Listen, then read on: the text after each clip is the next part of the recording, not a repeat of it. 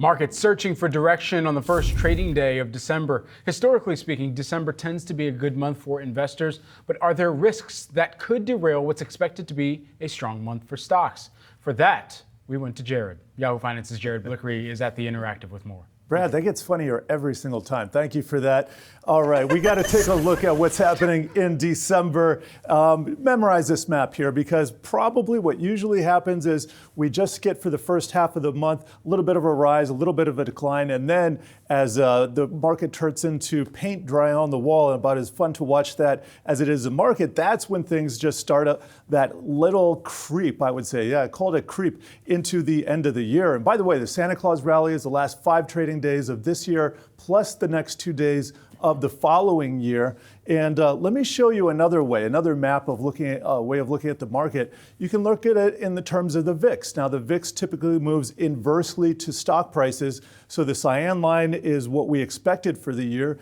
We knew this going 1 year ago. And then the purple line is what has actually happened. And this has been a very closely tracking phenomenon that we've seen this year. And that's why we've been talking about seasonality so much.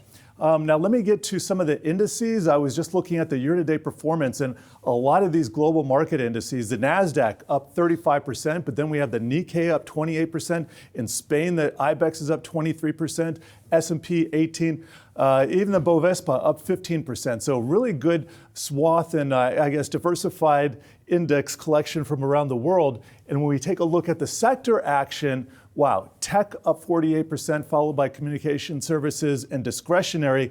Those have been the dominant forces this year, but let me show you what's happened over the last month. Real estate is up 12.7%. Financials, there's tech again, there's consumer discretionary again, but also adding industrials and materials to the mix. This bodes really well for the new year, for the strength of this bull market rally that we just recovered from in that correction. Yeah, and Jared, I think a lot of people out there are trying to figure out how exactly then that is going to set us up for 2024, whether or not some of the trends that we are anticipating here this month, in the month of December, is going to translate and carry over into the new year. What are you expecting, or what are you hearing? Well, first, I think the comments from Amanda Agati earlier this week, I was writing them up in the morning brief, that the rally, the end of the month rally, the end of the year rally, the Santa Claus rally that everybody's waiting for might have been pulled forward all the way to Thanksgiving. We had an incredibly bullish month in November. This is my leaders board over the last month. ARC up 34%. I've been hammering this home, so I'm not going to go over all the winners here. To the downside, the only loser in this list is small oil, even high yield up 3.7%. So could be that there's a little bit too much enthusiasm right now, and maybe we don't get that rise at the very end of the year. But overall, it would be very unusual to have any kind of major market disruptions. Then heading into the new year, I think entirely different dynamics are going to be at play. We've seen all of this catch up in some of the laggards. That doesn't need to continue once we get to the new year. Hedge fund managers, portfolio managers, money managers are trying to catch up to their benchmarks. They need to hit 18, 20% just to beat the S&P 500.